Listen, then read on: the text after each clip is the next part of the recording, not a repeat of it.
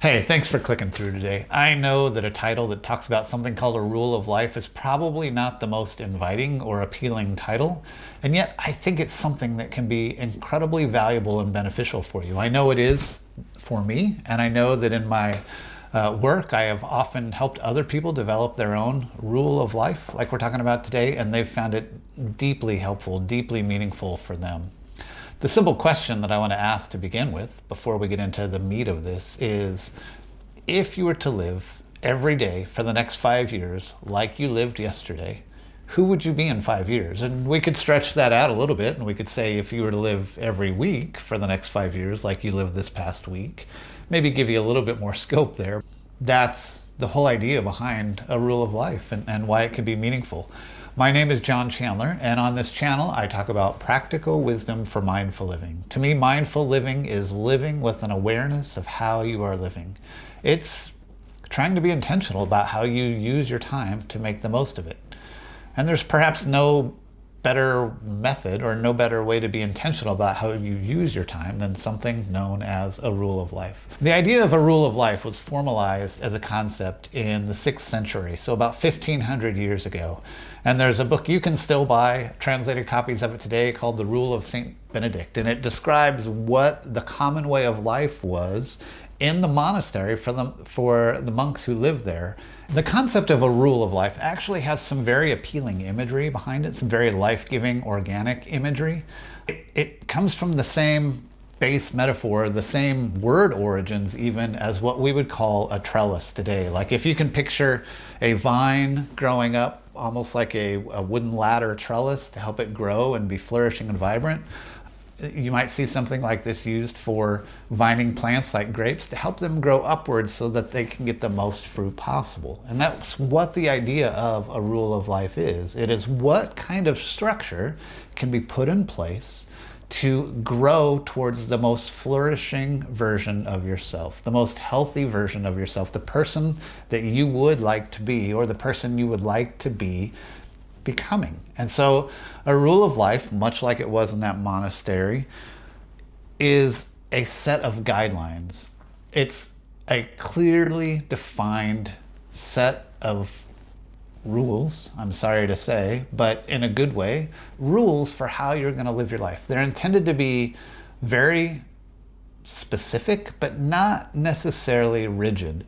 And what I mean by that is a rule of life is a clear defining set of practices, a clear defining set of habits that you want to put in place daily, weekly, monthly, seasonally, so that you are being intentional with your time about forming yourself into the person you would like to be. Because the reality is, however you spent your time yesterday, if you were to do that same thing every day, that is going to be forming you. And particularly, you might think about what are ways that you've been spending your time that you just realize aren't helping you be the person that you want to be. Maybe it's the time spent scrolling endlessly through whatever social media platform you're using right now, except YouTube, of course. YouTube is always beneficial. Thanks for being here. Now let me pause for a minute just to address perhaps an elephant in the room, which might be you're not a monk, most likely, and you might not want to be a monk. You might not even identify yourself as someone from a Christian background, and that's fine. I would suggest to you that a rule of life is actually a practice that can be beneficial regardless of what faith background you come from.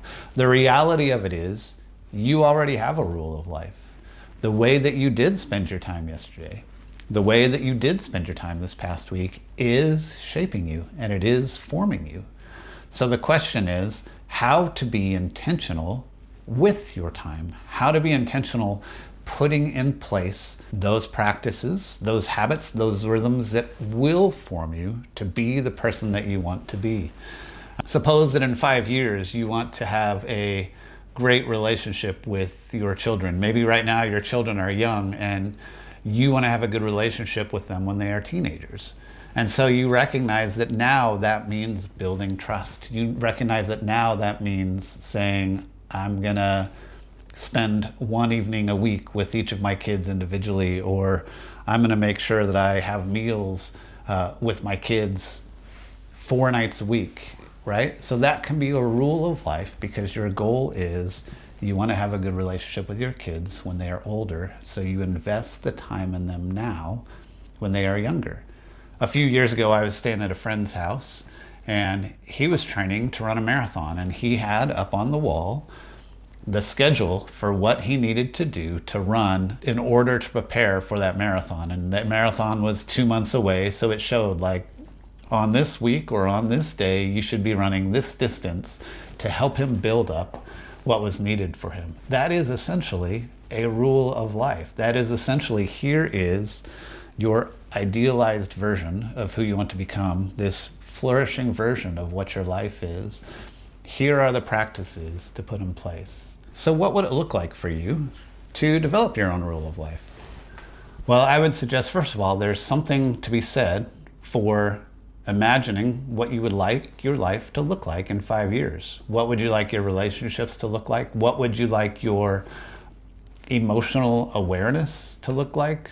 What are areas where you recognize that you would like to grow? What are areas that you recognize you would like to improve, even in terms of your physical health? What is that flourishing version of you that you would like to see in place in 5 years? And then you begin to imagine then, what does it look like to form yourself now to become that person? What are the small steps that you take on a daily basis to help you be that person? And then the idea of a rule of life is you just break down those rhythms. And so you might say, these are the things that I want to make sure that I do daily. And there's some flexibility here. When I say daily, in my rule of life, I try to manage that, imagine that being something that I might do like just on weekdays or 4 to 5 times a week. There's flexibility here. It's a system that's designed to serve you. It's not a system that's designed to be too rigid. So you might want to just imagine what you need to do on a daily basis, those 4 or 5 times a week, because you want to be at this level of health physically, or because you want to have this kind of relationship with significant people in your life, or because you have this vocational aspiration and you recognize it's going to take a certain level of growth or perhaps even excellence for you to work toward achieving that vocational dream that you have. So what are the things that you might need to do daily? And then you might also want to imagine, what would it look like for you to put in place weekly practices or rhythms? What would it look like for you to put in place monthly practices or rhythms? One of the things I always encourage is taking at least half a day once a month, maybe even a full day if you have the flexibility for that, to stop and review how you've done, what's been going on in your rule of life, how well have you followed through, and what adjustments do you need to make? Where have you just simply not been realistic? So that's a good monthly practice. And of course, I think there's space for seasonal things that you do regularly beyond once a month. Oftentimes we might think of these as being annual. I like to think of them in terms of quarterly. To help you imagine and explore what this might look like, I actually have on my website a course on building sustainable rhythms. And the whole idea of that course is helping you work through practically the steps to create and form your own rule of life, to put it into words so that you can begin to follow it. And at the same time, to regularly review it, regularly revisit. So you can find that at practicalwisdom.life, practicalwisdom.life, and it'll take you to a page on my website where you can sign up for this course. It's a free course. When you sign up, it's an email course, and so you get a course once a week that helps you move along through the steps to start to define this for you. So you start with your daily rhythms, and then the next week you start to think about your weekly rhythms, and then your monthly rhythms, and so on. And it even offers some suggestions for some of the practices that you might want to consider to form you, to be intentional about forming yourself into who it is that you imagine to be the flourishing, best version of yourself as you would like to live your life. And again, you already have a rule of life. You are already being formed by how you spent yesterday and how you spent this past week. So why not be intentional about putting in place rhythms, habits, patterns in your life so that you can become the person you would like to be. Thanks so much for watching. If you find any benefit or value to this, these are the kind of things I like to talk about. Sometimes a little bit more practical, sometimes bigger concepts like this one. But if you would subscribe, I would love to share more of some of these kind of ideas with you. And of course, I love comments below. Maybe you already have some kind of rule of life wisdom that you want to share with others who might be watching. And of course, if you can like this video or pass it along to others, that would be very much appreciated. I'm really trying to help build this channel a little bit in a way that I hope can be helpful to many people. And you liking and subscribing helps YouTube recognize that other people are finding value in this. Thanks for watching.